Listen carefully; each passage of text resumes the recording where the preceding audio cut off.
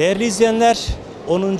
Diyarbakır Kitap Fuarı'nda şu anda alandayız ve fuar organizasyon ekibinden ve Diyarbakır Ticaret Sanayi Odası Basın Komisyonu Başkanı Faruk Korkmaz Bey yanımızda.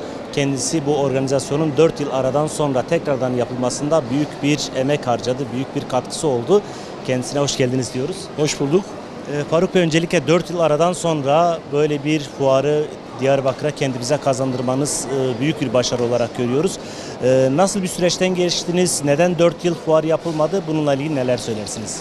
Malumunuz bir pandemi yaşadık.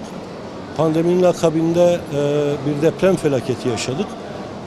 Üzerine ekonomik kriz de eklenince fuar organizasyonu yapmak zorlaştı, güçleşti.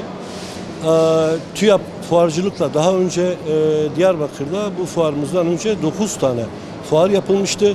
Bunlardan ikisini daha önceki seçilmiş büyükşehir belediyeleri yapmıştı. Diğerlerini de biz TÜYAP fuarcılıkla yapmıştık. TÜYAP fuarcılık Anadolu'dan çekilme kararı alınca biz bu fuarları yapmak için yeni partnerler arayışına girdik. Tabii dediğim pandemi, deprem felaketinde bunda etkisi oldu. Bu yıl tabii inanılmaz bir taleple biz karşılaştık. Özellikle bölgeden taraf, işte Diyarbakır, Van, Mardin merkezli yayın evlerimizin bizden yoğun talebi oldu. Biz de bu yoğun talebe karşılık bir de kamuoyunun ciddi bir beklentisi bizden vardı. Bundan dolayı bu yıl içerisinde Eylül isimli bir organizasyon firmasıyla kitap fuarını organize ettik. TÜYAP'ın çekilmesi Diyarbakır'a özgü bir şey miydi, yoksa Anadolu'dan Hayır, çekiliyoruz algısını ve kararı mıydı? TÜYAP bir bütünen Anadolu'dan çekildi. Kitap fuarcılığından çekildi daha doğrusu. Sadece şu an İstanbul merkezli yapıyor bu organizasyonu. Bizimle ilgili değil onların çekilme süreci.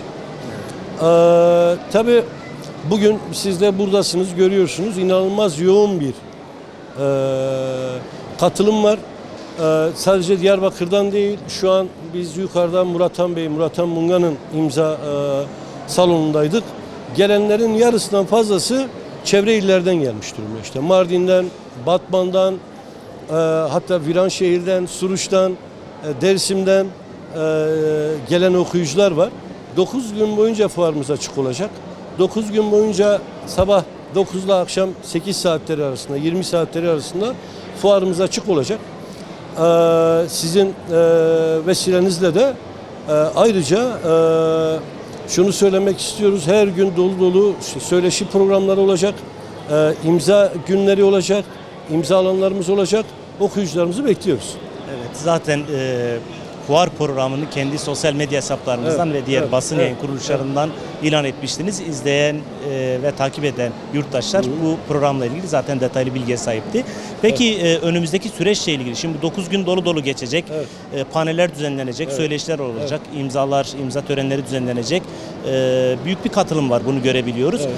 Bu sizin için bir sonraki adım olarak Diyarbakır'ın dışında bölge olmak üzere Batı şehirlerinde de böyle bir organizasyon yapma fikrini ortaya çıkardı mı Mezopotamya fuarcılık olarak? Şöyle söyleyeyim, bizim tabii bünyemizde şu an her türlü fuarı organize edebilecek çapta, büyüklükte, yetenekte bir ticaret sanayi odasına ait bir fuar şirketimiz de mevcut. Şu an Eylül fuarcılık denilen fuarcılıkla bizim adımıza Mezopotamya fuarcılık, dolayısıyla DİFAŞ Fuar AŞ'miz ortaklaşa bu fuarı düzenliyor. Önümüzdeki yıllarda tabii amacımız, hedefimiz Diyarbakır'daki bütün fuarları kendimizin yapması. Haliyle işte Batı illerimizden daha çok bizim doğumuzda olan illerimiz. Van olabilir, Mardin olabilir, daha yukarıya gidebiliriz, Kars'a gidebiliriz, yine Irak Kürdistan'ına gidebiliriz. Bütün bu alanlarda biz fuarlar düzenlemeyi hedefliyoruz şu an. Evet.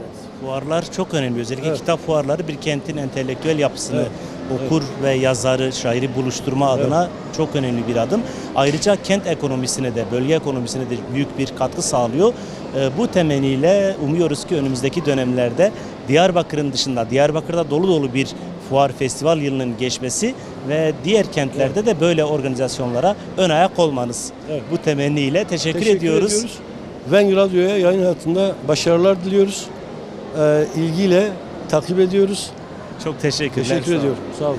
Değerli izleyenler, biz fuar alanını gezmeye devam edeceğiz. Faruk Korkmaz Bey ile biz organizasyon hakkında bir küçük söyleşi yaptık. Fuar alanını dolaşacağız. Diğer konuklarla, diğer katılımcılarla da fikir alışverişi yapmaya devam edeceğiz.